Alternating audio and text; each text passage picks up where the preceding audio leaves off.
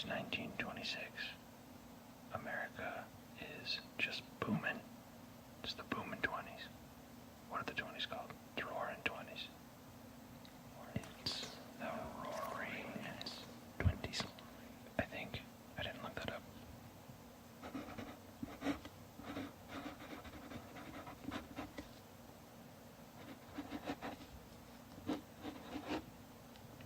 My dearest Jacqueline.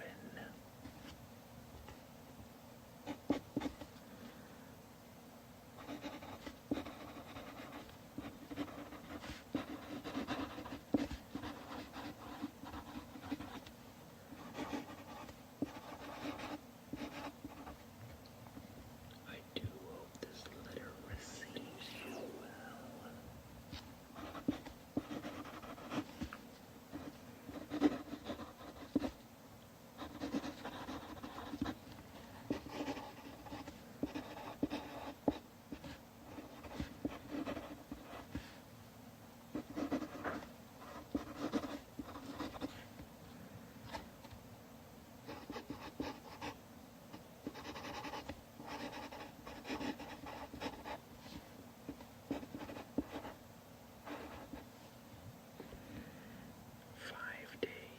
After I send this note, on this, the 5th of August, 1926,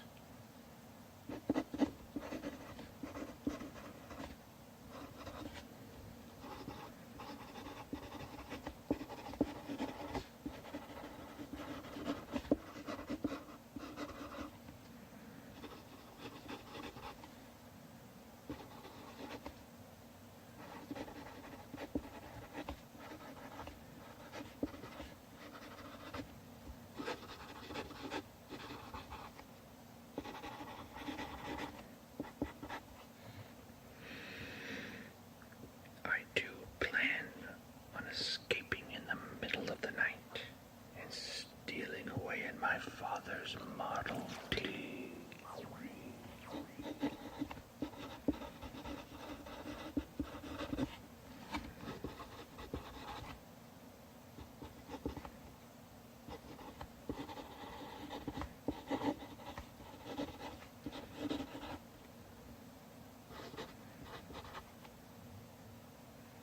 The purpose, of course, is to meet you at the club.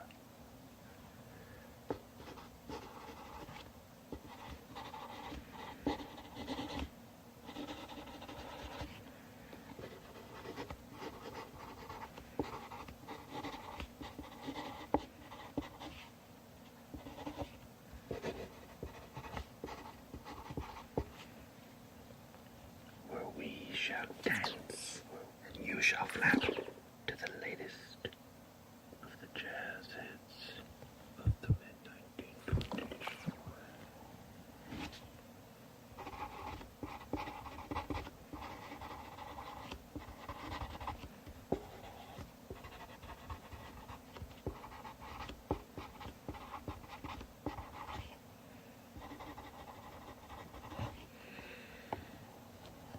We shall dance into the morning, and it shall be amazing.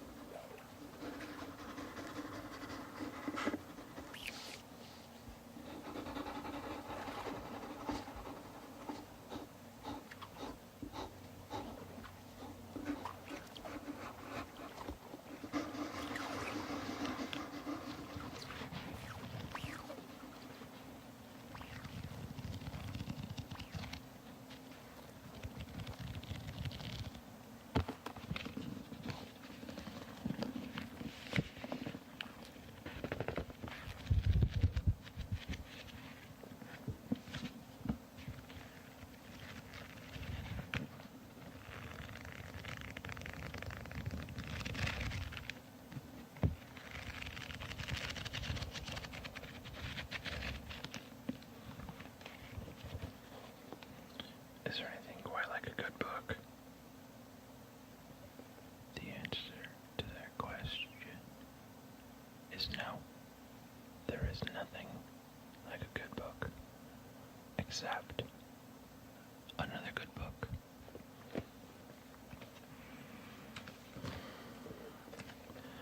I'm going to be reading from Blood and Thunder by Hampton Sides. It is the epic story of Kit Carson and the conquest of the American West. It's very interesting. Don't get me wrong, but this is prime falling asleep material. If I feel so inclined, I might add some effects on top of this too to kind of keep it interesting and maybe make you fall asleep. We'll see. Alright, here we go. Oh, I'm starting on chapter 29, because I'm already halfway through the book, so deal with it. Chapter 29, American Mercury.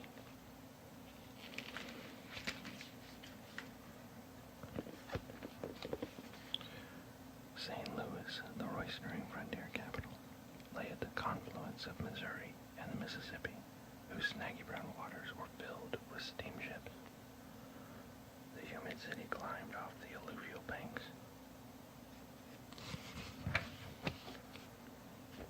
Its streets of dirt and cobblestone crammed with dray wagons and dearborns and lined with locust trees. Its huddled neighborhoods, radiating west from the wharves in an orderly grid that had been established by the city's French founder. For such a remote city, in the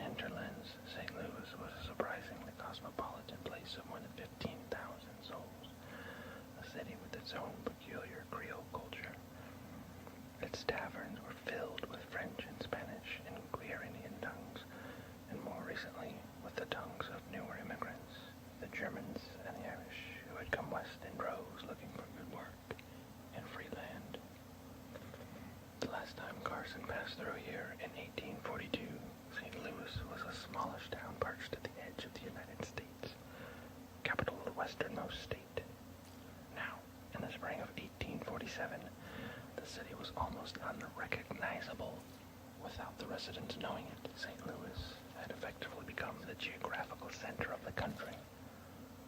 In only a few short months, through far-flung military events Carson had himself witnessed, the fulcrum of the nation had shifted west more than 1,000 miles. The margin had become the middle. As Carson rode into St. Louis, exhausted after a journey of 2 months, he was about to change the city's view of itself. It was near the end of May, a month after the trials and executions for the Taos Revolt that marked the final flicker of Mexican resistance to the American conquest of the West. Carson was passing briefly through town, bearing messages from California. The transcontinental courier mission that General Kearny had denied him in the fall of the previous year had finally materialized. After the Mexicans in California had at last capitulated and Los Angeles had returned to the American hands, Carson's old friend John C. Fremont, who was serving as governor, had given him a bundle of letters to rush east to the Secretary of State. Important dispatches on the course of the war. After this short stop in St. Louis, Carson would continue by steamboat, then by train, to Washington City. It was the kind of assignment that seemed to suit him.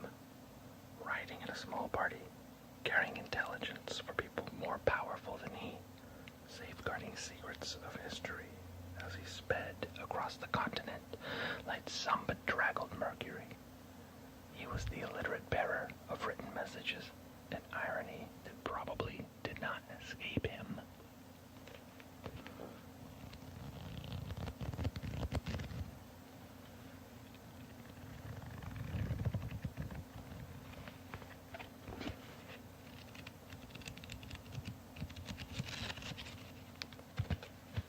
To reach St. Louis, Carson had followed the Gila route east from California.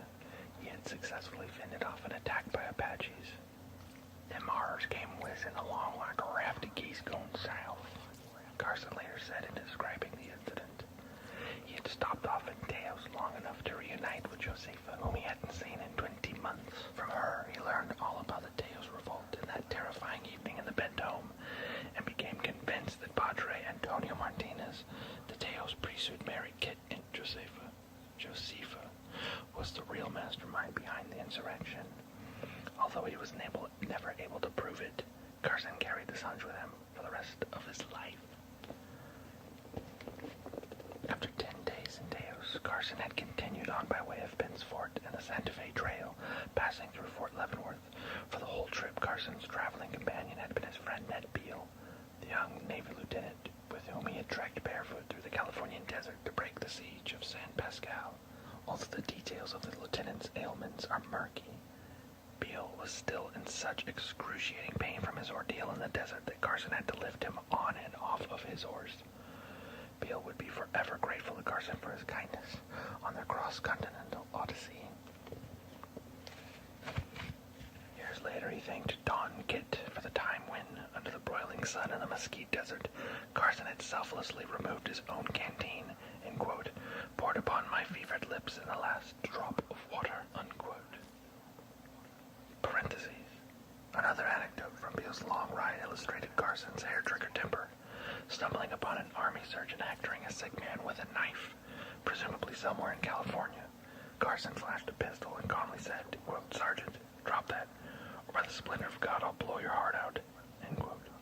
The story could be exaggerated, but rang true with other accounts of Carson's reaction to bullies. A small man himself, he had no tolerance for predation and responded with ferocity whenever he encountered it.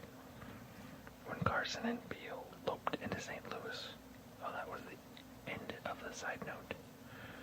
When Carson and Beale loped into St. Louis, the townspeople knew nothing about the Battle of San Pascal or its triumphant after. Nor did they know the latest news from the gallows in Taos.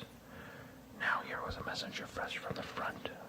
Once word spread that Carson had arrived, everyone in town wanted to get a look at the famous mountain man, a fellow Missourian, no less, who had become a national legend.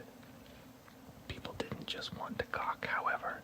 They were genuinely anxious to learn what was happening in the West. Nearly everyone in St. Louis had a relative in Kearny's army, or serving with Donovan's volunteers, but reliable news of how they had fared was almost non-existent. It is impossible to exaggerate how miserably slow frontier communications were in the 1840s. A soldier's wife in St. Louis was much like a whaler's wife in Boston. She said goodbye to her beloved as they set sail on an ocean of land, and then she accepted the void of silence, the hard nights of knowing nothing. As the weeks and months became years, in place of solid information, St. Louis buzzed with rumors about the Army of the West. Santa Anna had dispatched an enormous force to retake New Mexico. Colonel Donovan had been killed by Indians. Kearny's men had all frozen to death in the mountains. Until now, Carson had never quite realized the extent to which he was a celebrity, or what that meant in a public situation. He was deeply uncomfortable. People pressed at him in the streets, in tram shops, and he soon found himself in what he called, quote, a surround, end quote. He was off-put by his new impertinence, the way strangers expected something from him. Strangers learned to distrust journalists. Quote, some of these newspaper fellows, he said, know more about my affairs than I do, end quote. In alleyways and taverns, people would accost him and slap his back as if they knew him. Carson, who was a bit of a claustrophobe anyways and hated crowds, would jerk himself away and gesture awkwardly toward the open street, saying, quote, I always see folks out in the road.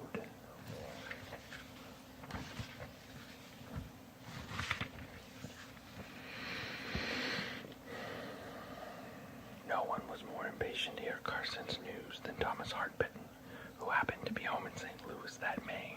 The dispatches Carson carried in his saddlebags, in fact, were addressed to Benton. The senator offered his house to the cross-country courier and embraced him like a long-lost nephew. Benton, of course, knew all about Carson from Fremont's expedition reports, but he had never met him. Throughout his career, Benton had betrayed nearly all of the explorers of the West, the representrators and the voyagers, the eccentric English lords who traipsed across the prairies on hunting safaris, the expedition topographers and botanists and Indian fighters. They had all passed through St. Louis eventually, and Benton made it his business to debrief them. Although he had never traveled west of Missouri, he gave off the impression that he had. He seemed to have met everyone connected with the frontier. Met James Audubon, the Bent brothers, Washington Irving, the explorer William Clark, traveling artist George Catlin, and the great fur trappers Jim Bridger and Jebediah Smith. Benton had also intersected with all the prominent warriors of the West, soldiers like Kearny, Leavenworth, and Dodge, and even young Robert E. Lee, who served as a captain in St. Louis with the Army Corps of Engineers. The Benton mansion on the outskirts of the city became something like a clearinghouse, the American Empire's West Field of office, in effect, where the desperate strands of frontier science, commerce, and military intelligence met and mingled in a rough first draft. There was an age of happy dilettantes and gentlemen explorers, when disciplines easily blurred, when a soldier might be a geologist, cartographer, botanist, ethnologist, linguist, and artist, all at the same time. American ignorance of the West was so vast that all forms of knowledge, however obtained, were welcome pieces of an emerging puzzle. Benton's place was where the puzzle came together. Explorers would haul in their dog-eared maps and their field specimens, their Indian relics and their folios of charcoal sketches. Benton would ply them with good food and drink and make them stay up late on the porch, telling stories fresh on the western wilds. Carson was no exception, although he was in a terrific hurry to move on to Washington. He had little choice but to camp out and have been known for a few days into a minute cross-examination from the senator on all the latest events from Oregon, California, and New Mexico. Benton's wife, Elizabeth, a genteel woman from an old Virginia plantation family, was there in the home, but she could only speak in a halting mumble, her face slack and sallow from paralytic stroke in 1842 that had left her brain damaged, bedridden, and subject to seizures. The family thought the stroke had been caused by an old family doctor who insisted on bleeding Mrs. Bennings whenever she complained of any sort of ailment. Side note, in the years leading up to her stroke, she had been bled 33 times. Benton was devoted to his invalid wife, and since her stroke had scarcely gone out in public, he kept her desk by her bed where he read and scribbled through the nights by the light of the special lamp he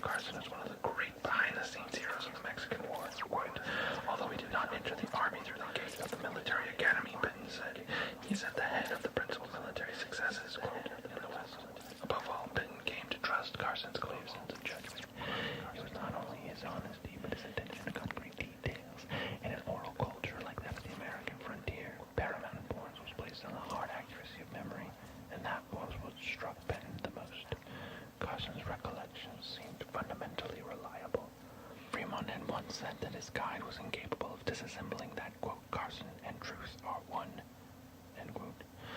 Now Benton saw that same quality, quote, he is a man, the senator said, whose word will stand wherever he is known.